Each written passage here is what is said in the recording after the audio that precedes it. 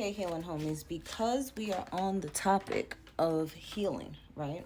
And for many of you guys being on this spiritual basic training journey right now, like you're having your first rude awakening and your first dark night of the soul. I said black night of the soul.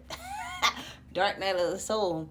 I want to do a reading on the things that have impacted you over the years that have brought you to where you are today. Okay, so for some of you guys, you were strippers, or you felt like that was your only choice, was to strip.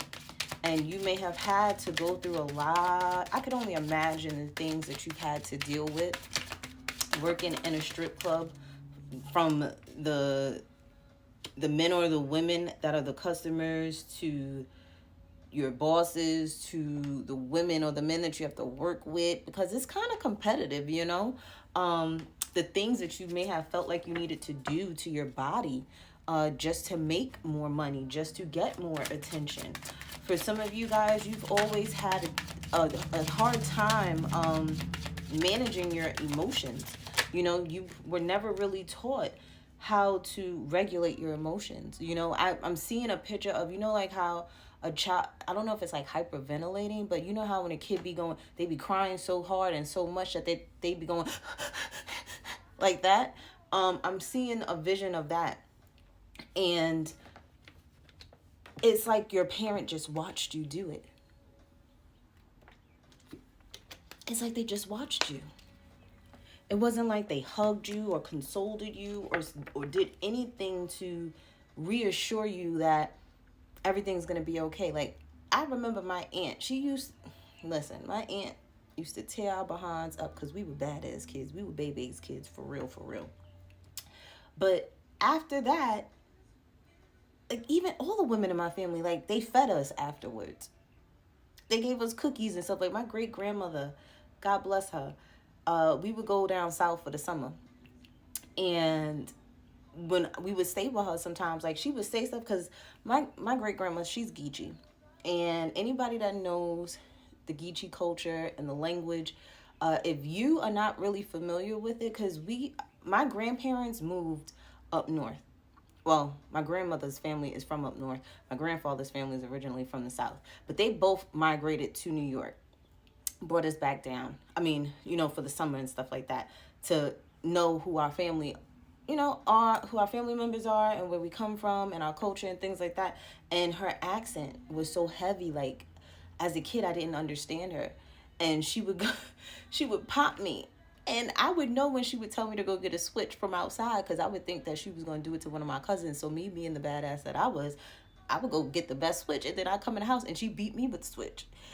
and it used to be because I used to just be like, yeah, grandma, whatever you say, grandma. Because I didn't know what she was talking about. But she would get frustrated with me because I didn't want to learn the language at the time. But it was like, after they would, beat us for doing something bad or something disrespectful, it's like they still remembered to nurture us, to love us, to remind us why they did the things that they did, to let us understand why we got in trouble, type of energy. But I see for some of you, you didn't get that. Like, somebody just spanked you and sent you to go stand in a corner somewhere or go cry in your own room and help yourself regulate your own emotions. So you found ways to do it, but it may not have been the best. To your coping mechanisms, is what I'm hearing, weren't the best. You chose either drugs, alcohol, sex, whatever it was to manage your emotions. For others of you, it built distrust in your caretakers, and that made it difficult for you to be vulnerable with other people, and that's something that you could be struggling with now, being vulnerable with people. And back to the last reading, when I was telling you, don't tell somebody you forgive them and you really don't. That's you, one, setting boundaries, two, you being vulnerable enough to let them know that you're still hurting, For others of you, you became very gullible.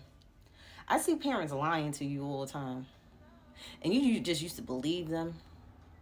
As a kid, like, you just used to believe everything your parents said. You believed in the Santa Claus. You believed in I don't know why they be sitting there having kids think bunnies lay eggs. Lord. You believed in the tooth, like you believed in all of that stuff. Like I was one of those kids that questioned everything. And that's probably because I was raised by my grandma. Okay, I was raised by my grandmas, the elders in my family, and they always told me to question everything. So when I got in school, I got in trouble a lot because I questioned everything. And it's like you just believed anything and everything. And maybe you learned, like, your parents and stuff didn't teach you to question anything. So you just believed anything and everything that people said to you. But the whole time, I feel like somebody's having a realization that their parents always lied to them.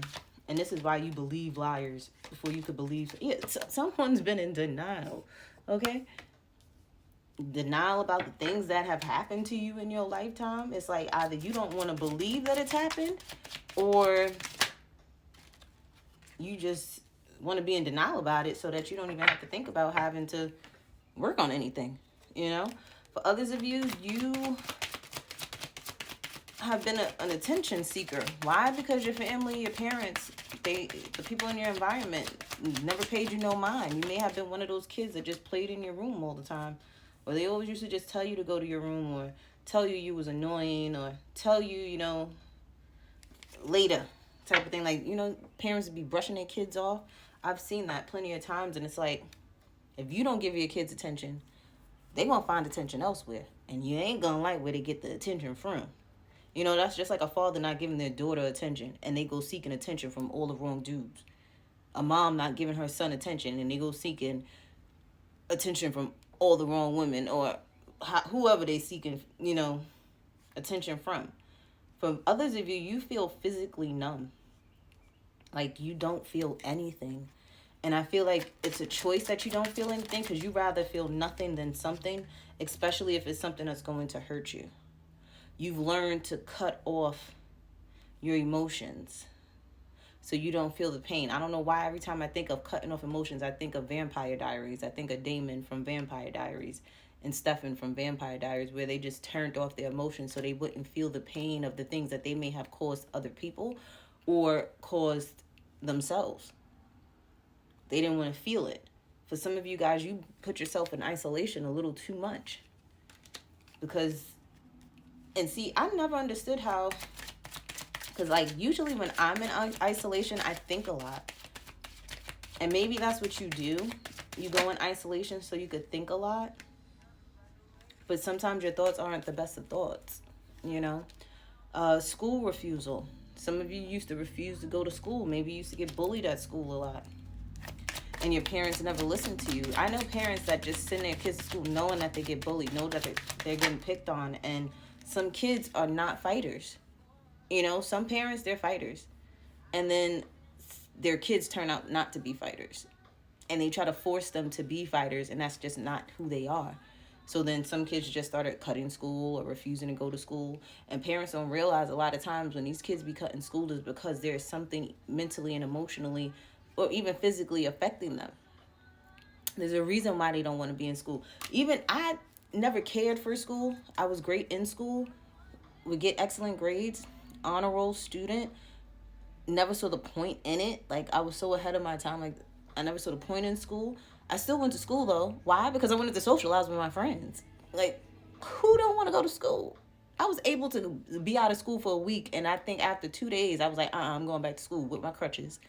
Because I'm missing out on what's going on with my friends. A kid refuses to go to school, there's a problem and a reason for it.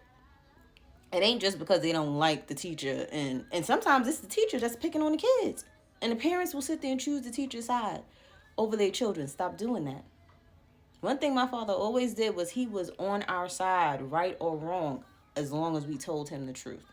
If we didn't make him look like a fool out there in them streets, he had our back and he checked us when we got home. He ain't check us in front of them teachers, especially with us being in a predominantly white school district. He was checking us at home. Wasn't in school. And then for others of us, always expecting the worst. You have to start changing your thinking. And your feelings get hurt easily. So there's a need to set boundaries. There's a need for you to strip away all the things that made you who you are and become a different person. Okay?